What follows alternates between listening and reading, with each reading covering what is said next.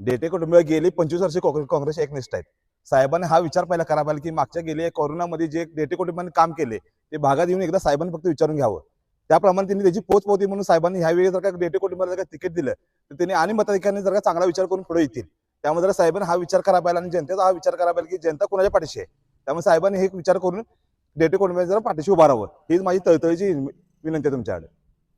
देटे कुटुंबाशी आमची नाळ जुळली गेलेली आहे आणि देटे कुटुंब या इलेक्शन मध्ये या उमेदवारी संदर्भात काय निर्णय घेते या तिकीट मिळण्यासंदर्भात ते त्यांच्यावर पूर्णपणे अवलंबून असेल. खरं कार्यकर्ते म्हणून आम्हाला आणि आमची एवढीच इच्छा आहे, प्रामाणिक इच्छा आहे की त्यांनाच तिकीट मिळावं आणि तिकीट जर नाही दिलं तर आमच्याकडून कोणत्याही पद्धतीची सहकार्याची अपेक्षा करू नये व आम्हाला या इलेक्शन मध्ये गृहीत धरू नये एवढाच मी आज मेसेज या ठिकाणी देत आहे. मी तानाजी गंगाराम बोडके, ऑल इंडिया धनगर समाज महासंघ कोल्हापूर जिल्हाध्यक्ष.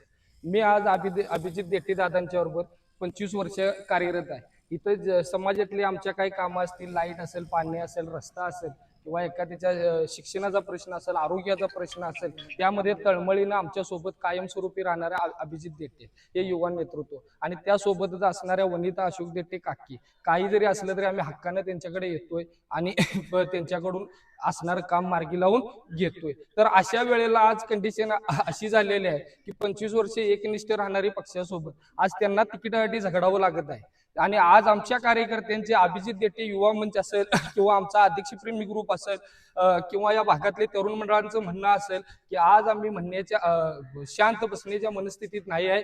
कोणत्याही परिस्थितीत नेत्याने आमचा विचार करावा व आमच्या नेत्यांना पक्षाचं तिकीट द्यावं एवढी आमची आज तळमळीची भावना या ठिकाणी मी व्यक्त करीत आहे. मी परशुराम शामराव वीर.